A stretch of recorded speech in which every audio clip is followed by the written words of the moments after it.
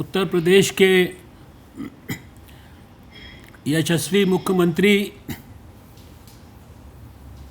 श्री योगी आदित्यनाथ जी, हमारे स्वास्थ्य और वित्त मंत्री श्री सुरेश खन्ना जी, श्री जयवीर सिंह जी, अन्य सभी मंत्रीगण, सभी सांसदगण, सभी अधिकारीगण, और जैसा कि मैंने सुना कि अभी आदरणीय डॉक्टर जोशी जी भी इस कार्यक्रम के साथ जुड़े हैं, और सभी उत्तर प्रदेश के स्वास्थ्य विभाग के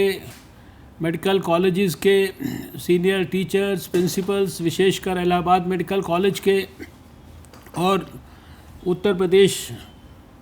की समस्त जनता को हृदय से मैं अभिनंदन करता हूँ, बहुत बहुत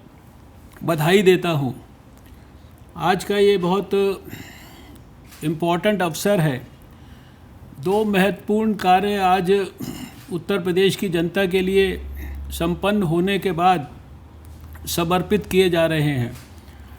मैं इस कार्यक्रम में आने से पहले अपने हाथ से लिस्ट बना रहा था,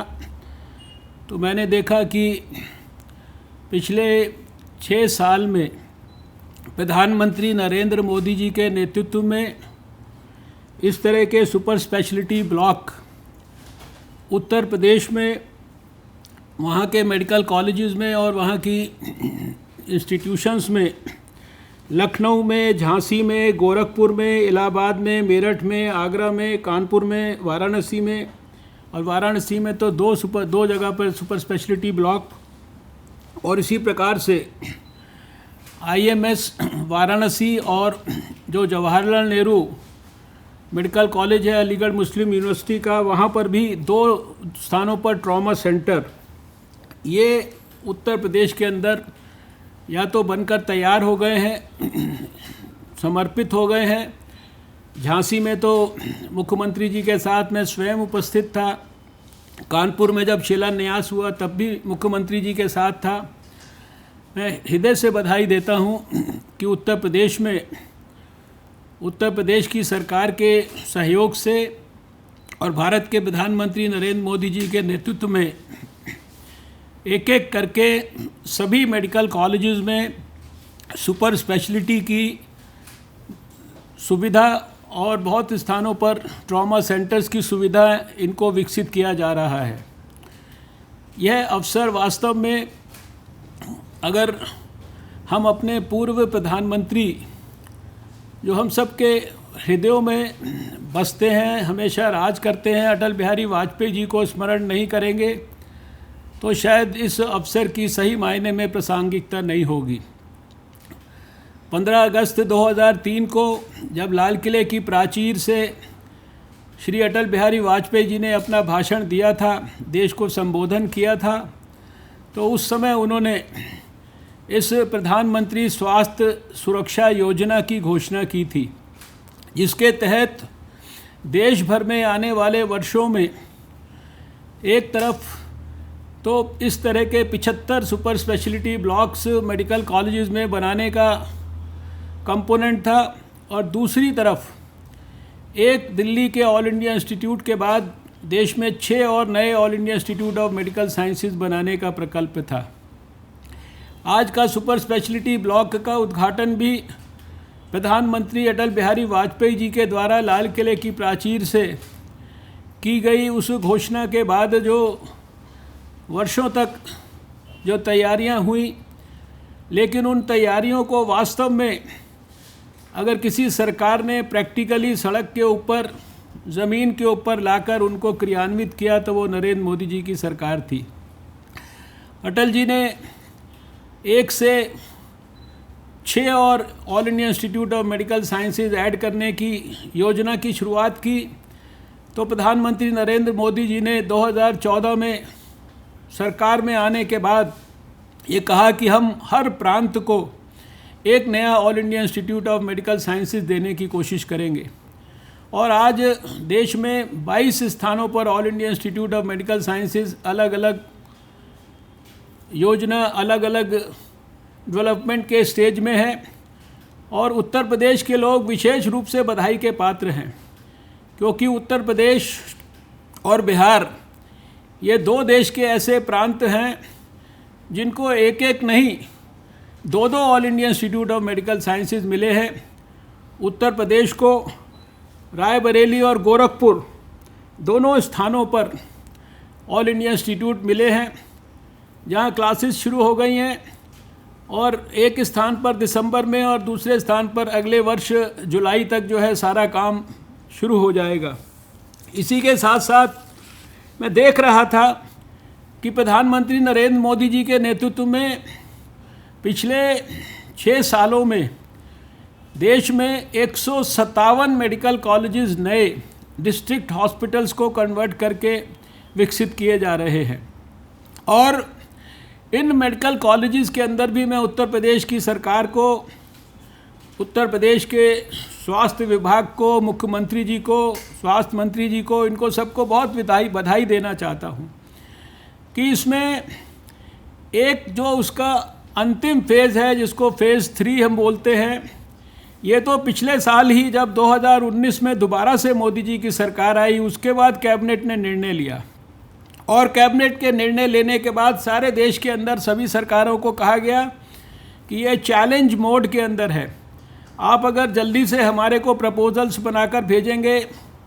डिटेल्ड प्रोजेक्ट रिपोर्ट बनाकर भेजेंगे, तो हम first come first serve basis पर हम इसके अंदर स्टेट गवर्नमेंट्स की सहायता करेंगे। और इसके अंदर उत्तर प्रदेश सरकार इसलिए बधाई की पात्र है कि शायद शुरुआती दौर के अंदर जिन सरकारों ने बहुत तेज़ी से इसके ऊपर काम किया, तो उत्तर प्रदेश की सरकार ने, जबकि पहले फेज़ और पहले सेकंड फेज़ के अंदर 13 मेडिकल कॉलेजेस उत्तर प्रदेश के अंदर सैंक्शन हुए थे, लेकिन इस तीसरे फेज़ में पिछले 1 साल में ही अकेले 14 स्थानों पर उत्तर प्रदेश की सरकार ने मेडिकल कॉलेजेस को अपने लिए सैंक्शन करा लिया। बिजनौर के अंदर, कुशीनगर में, सुल्तानपुर में, गोंडा में, ललितपुर में, लखीमपुर खीरी में, चंदौली में, बुलंदशहर में, सोनभद्र में, पीलीभीत में,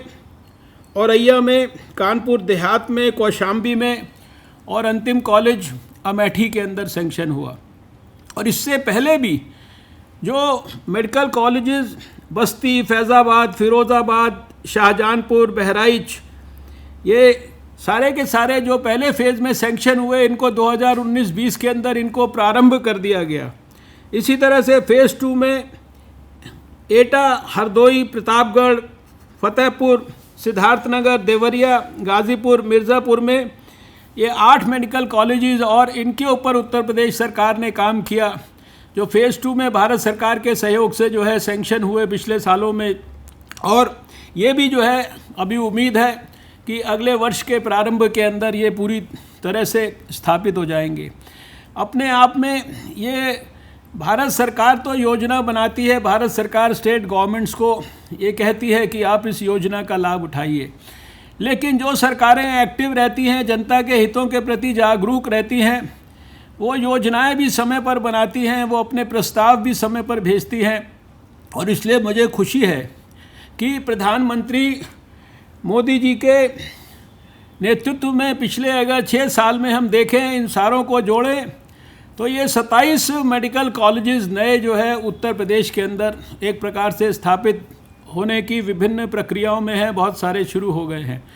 और इसी तरह से ये 11 सुपर स्पेशलिटी ब्लॉक्स और ट्रॉमा सेंटर्स और 2 all India institute of medical sciences, इतनी चीज़ें उत्तर प्रदेश के अंदर केवल पिछले 5-6 साल के अंदर ही जो है ये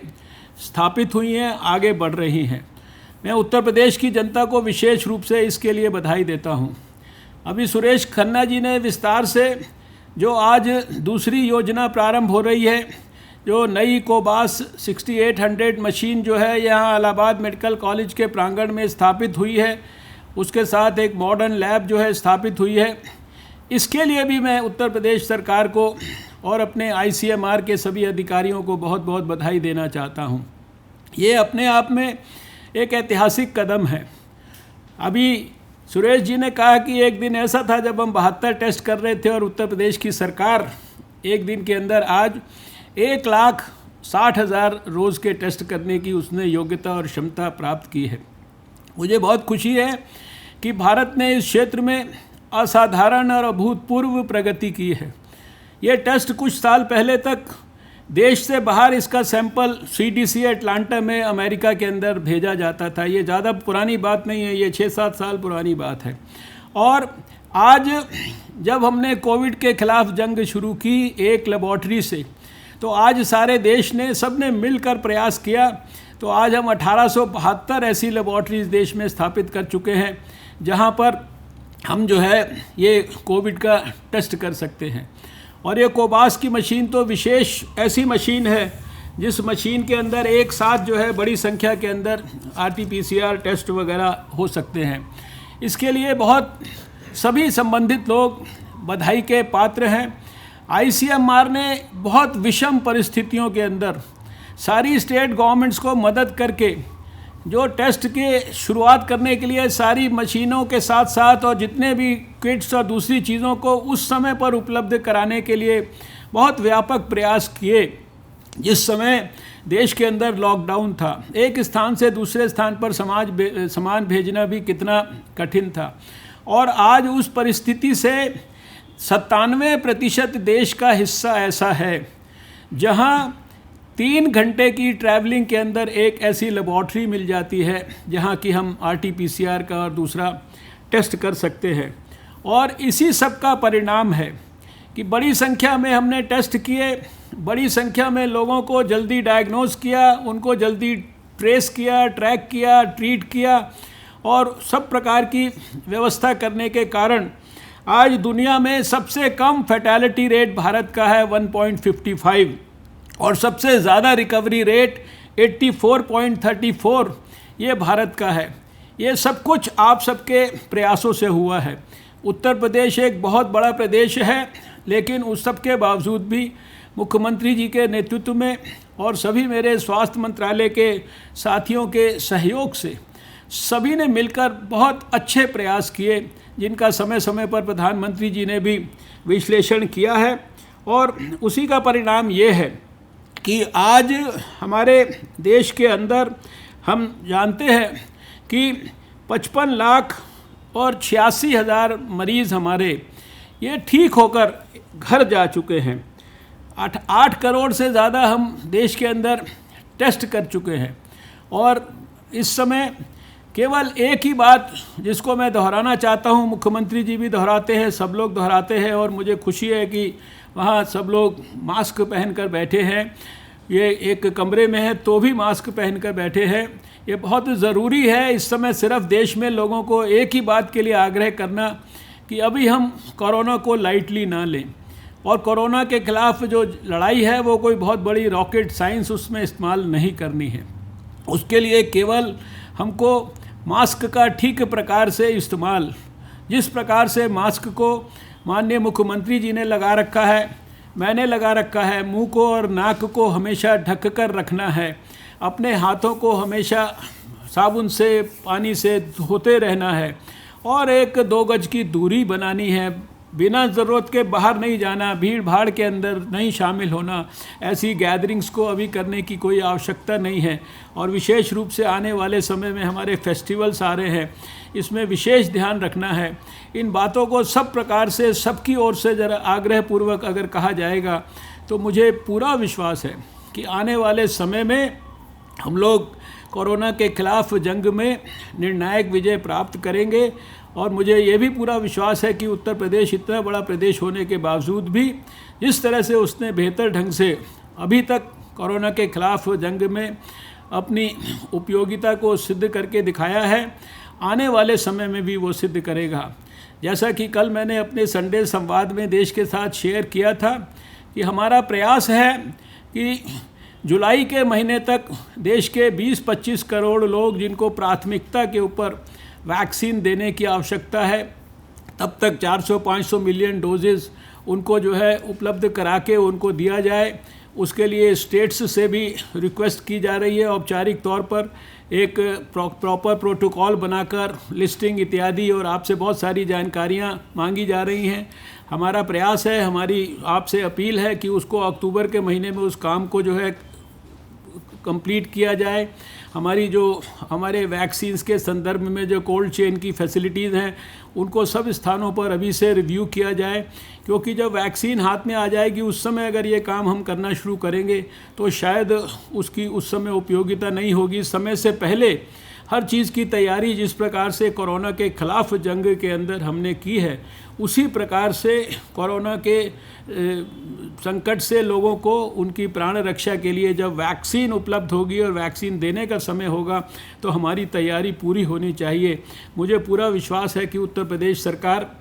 इस काम में बहुत योग्यता से आने वाले समय में भी काम करेगी। बहुत सारे मंत्री लोग जो यहाँ हैं, मुझे सबकी जानकारी नहीं, सभी अधिकारियों की शायद सबका मैंने नाम नहीं लिया होगा, उन सब से मैं क्षमा मांगता हूँ। मुझे बताया रीता जी और अपने सिद्धार्थनाथ सिंह और भी लोग यहाँ पर हैं, मैं उन सब से क्षमा मांगते हुए आप सबको ये फिर से अपील करता हूँ कि मुख्यमंत्री जी के नेतृत्व में बाकी सारे काम करते रहिए, लेकिन जहाँ भी जाएं वहाँ कोरोना के ख़िलाफ़ जो जंग के लिए जनता को शिक्षित करना है, जनता को इन्वॉल्व करना है, सामाजिक आंदोलन विकसित करना है, इस काम के अंदर हम किसी भी प्रकार से कोई भी कोताही ना बरतें और पूरे कमिटमेंट के साथ इस काम को करें। मैं हृदय से बहुत बहुत बधाई योगी आदित्यनाथ जी को देता हूं और उनके सभी साथियों को देता हूं, उनका अभिनंदन करता हूं। हेल्थ डिपार्टमेंट के अपने साथियों को भी सब बहुत बहुत धन्यवाद करता हूं। आज का ये कार्यक्रम आपने आयोजित किया